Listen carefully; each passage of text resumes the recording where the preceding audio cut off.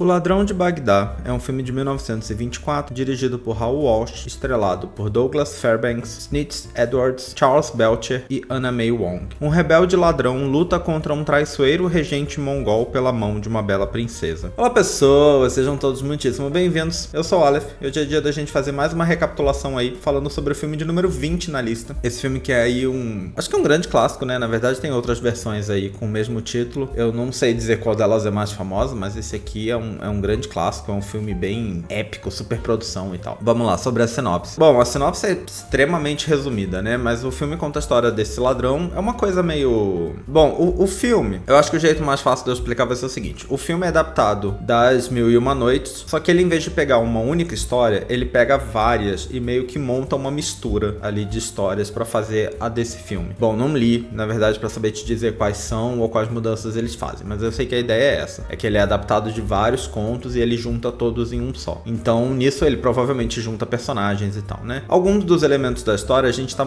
mais familiarizado por conta do Aladdin, em especial da Disney, né? Que eu acho que é o que a maioria das pessoas viu. E aí eu acho que a trama principal do filme é muito semelhante, porque ele é esse cara que é ladrão ali, né? Ele vive na rua e tal, pegando coisa, enganando os outros assim de um jeito mais fanfarrão do que criminoso, embora inevitavelmente criminoso também, sabe? E ele, numa hora, sei lá, tá fazendo umas coisas ali, ele vê um cara demonstrando uma coisa com uma corda, que ele joga a corda pro alto e a corda fica em pé sozinha, então ele consegue usar pra subir e já é a primeira aparição de coisa mágica no filme, né? E aí ele rouba essa corda, que ele acha o máximo, e usa ela pra se infiltrar no palácio, onde ele tem a intenção de roubar, né, coisas, joias e, sei lá, ouro, coisas do tipo no palácio, mas ele acaba encontrando a princesa e se apaixonando por ela. No fim ele não rouba nada, ele rouba um sapato dela, um sapato assim, sem valor qualquer, meio que como coisa pra ficar se lembrando dela, sabe? Ele acaba deixando todas as joias, todas as coisas e rouba esse sapato pra ficar se lembrando dela. Tá lá completamente apaixonado por ela e aí ele fica sabendo que vai acontecer uma coisa, que vários príncipes de outros países vão chegar pra tentar conseguir a mão da princesa, né? Pra se casar com eles. E o que ele faz é se fingir de príncipe, porque quando ele vai e ele vê a princesa, quando ele tenta assaltar o palácio e vê a princesa, ela não vê ele, só ele que vê ela, porque ela tá dormindo. Então ele se apaixona por ela, mas ela não viu ele nesse momento. Uma das empregadas dela, que é justamente a que é interpretada pela Anna May Wong, ela vê, e aí isso é relevante depois porque ela reconhece ele. Mas enfim, tem essa coisa dos príncipes, e aí o que ele faz? Ele se finge de príncipe, ele rouba umas roupas assim com cara de chique, e ele chega se apresentando como se ele fosse um príncipe das ilhas e dos mares, uma coisa assim, sabe? Que um dos outros príncipes chega e fala, mas esse título não existe. Mas a princípio fica por isso mesmo. Mas aí são 4 príncipes, contando com ele, né? São 3 príncipes de verdade, mais ele que é um príncipe de mentira. Que bom, a parte dele se fingir de príncipe tem no Aladdin, por exemplo, né? Mas aqui ele faz isso de um jeito não mágico, né? Ele só pega umas roupas e tal, e a parte dos outros não tem, né? E aí é isso, são cada um pretendente de um lugar diferente. A princesa vai vendo eles entrando e ela se incomoda com todos, cada um tem um problema diferente. O único que ela gosta é o protagonista, que eu acho que ele não tem nem nome, eu acho que ele é só o ladrão. Agora eu tô na dúvida, mas eu acho que ele não tem nome no filme. Quando ele aparece como príncipe, ele se apresenta como príncipe Ahmed, mas nos créditos, por exemplo, ele tá acreditado como o Ladrão de Bagdá. Eu acho que o príncipe Ahmed, não só o príncipe, mas o próprio Ahmed, eu acho que é um nome falso. Então ele não tem um nome de verdade no filme.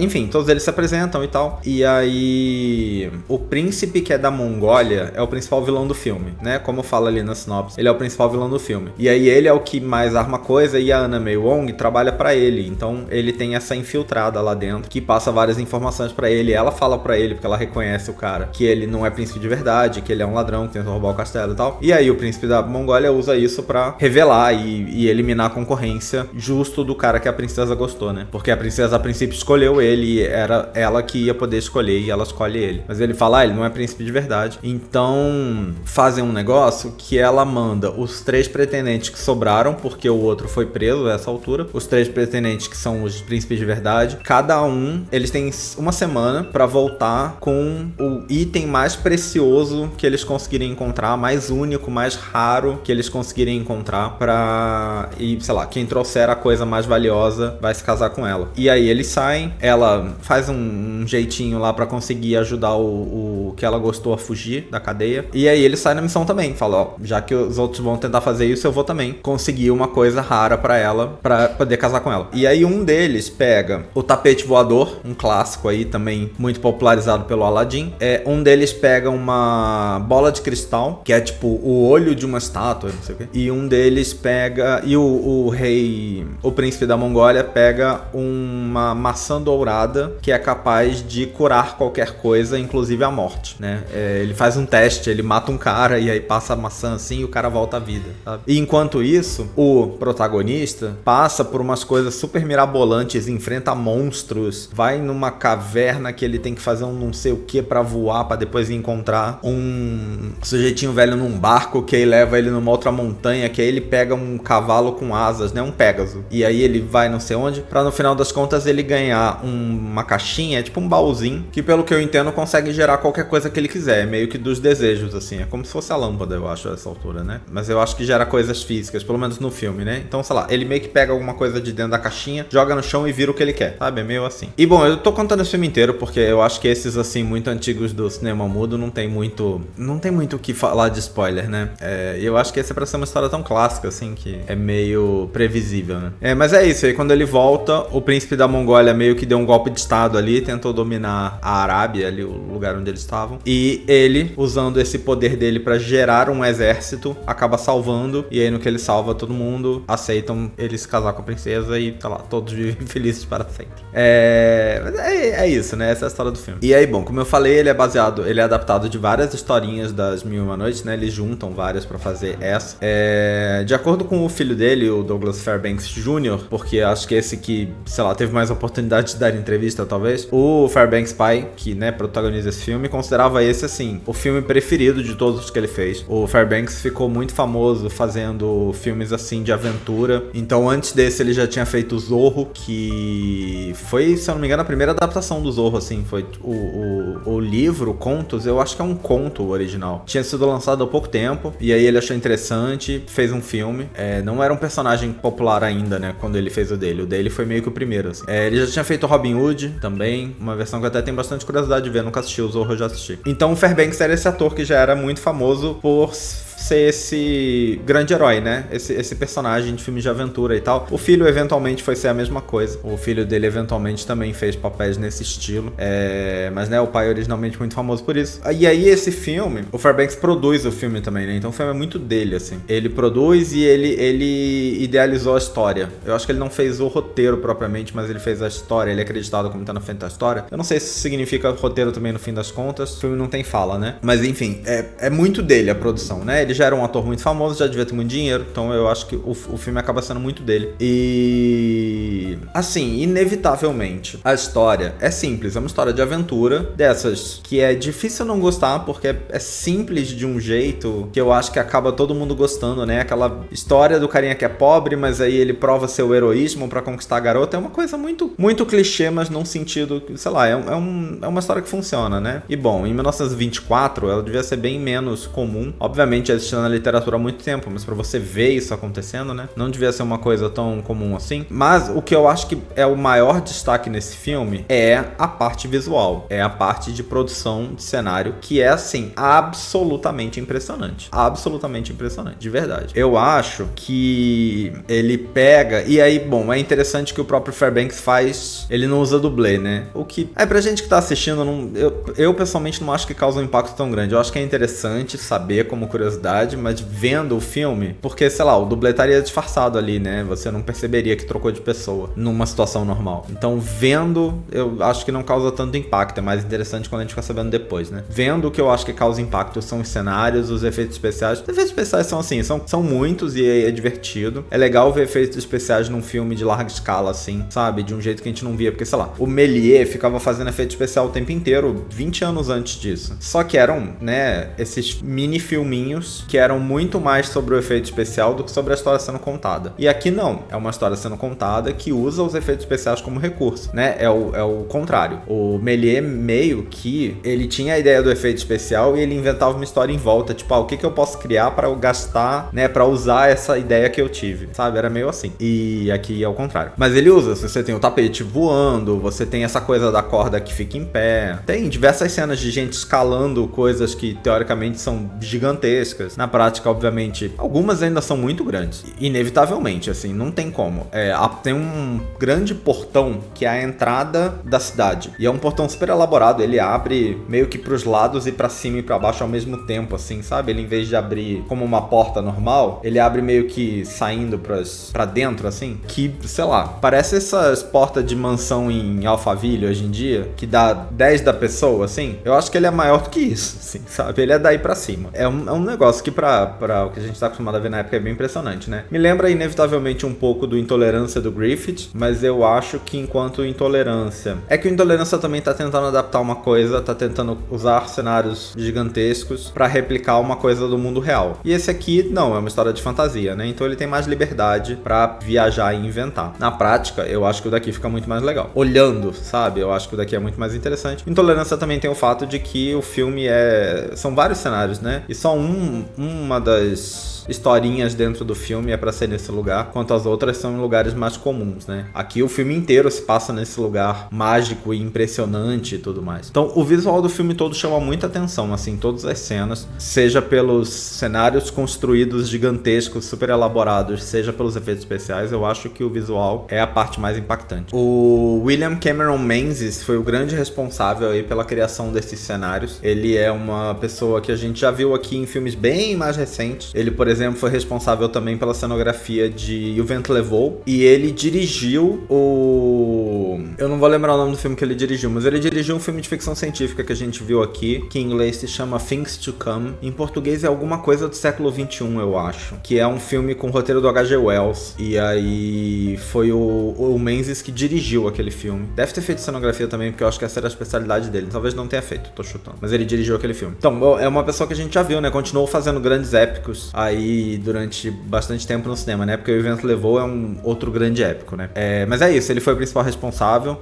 O Fairbanks meio que idealizou as coisas, boa parte, e o Menzies foi mais o responsável por fazer e transformar tudo em, sei lá, realidade. Mas chamou muita atenção. O filme na época recebeu alguns elogios da crítica, mas algumas pessoas disseram que o filme era bom, mas que o final era muito tedioso. Eu acho bastante injusto, porque eu acho que o final, as últimas sequências do filme são justamente, pra mim, as que acontecem mais coisa. É o paralelo entre os três príncipes tentando encontrar suas coisas raras e o ladrão passando por coisas mirabolantes. É uma grande sequência de coisas de efeito especial, né? Então, de repente, se a crítica da época tava muito tinha passado dessa fase, porque, né, o cinema passou por isso, né? Eu não sei se aqui ainda tava nesse momento, mas eu falo várias vezes, né? Que eu acho que o cinema começou com uma coisa muito mágica, focando muito em histórias de fantasia e coisas mirabolantes, assim. E ele depois foi caindo um pouco pra focar mais nos dramas e mais na vida real. Passou a ser raro as coisas, assim, o uso de efeito especial, por exemplo, sabe? Essas histórias de fantasia passaram a ser uma coisa mais rara e pontual, com os, sei lá, dramas humanos e vida real tendo mais destaque. De repente a crítica já tava meio nesse foco, porque eu acho que o final do filme pra mim não é nada tedioso, eu acho que é a parte mais aventura e tal, né? Super divertida, enfim. Em 1940, o filme teve aí um mais ou menos remake. Eles fizeram algumas diferenças, eles transformaram o personagem em 2 personagens, em vez de ser um só, então manteve-se essa ideia de usar várias histórias das Mil e Uma Noites e montar uma coisa só, mas eles dividiram um pouco pra não ficar tudo tão uma coisa só, e aí fizeram em 2 versões. É um filme que eu tenho muita curiosidade de ver também, esse de 1940. Parece um filme bem interessante, mas quem sabe algum dia a gente chega lá. Tem uma versão de 1960 que é um filme indiano, de repente deve ser bem interessante também, e tem uma versão de 1961 que é italiana, se eu não me engano também. Ou seja, é um filme que foi refeito muitas vezes, né? Tem um de 78 também, que os elementos, todos aí considerados mais ou menos remakes desse, porque de novo, esse é o filme filme que pegou várias histórias e juntou numa coisa só, né? Então acabam sendo vários filmes que não são baseados exatamente nas Mil e Uma Noites originais, são baseados mais nesse filme, no que esse filme fez, né? De criar uma mistura ali. Mas bom, vamos dar uma olhada pra ver o que o livro fala dele. Ó, o livro fala, por exemplo, que sei lá, a locação, o cenário construído, o espaço onde foram construídos os sets desse filme é o maior da história de Hollywood. O que parece absurdo que 100 anos depois, né? 1924, a gente já tá em 26, 102 anos depois, ninguém nunca tenha feito algo maior. Por outro lado, realmente, inevitavelmente, naquela época você tinha mais espaço pra usar, né?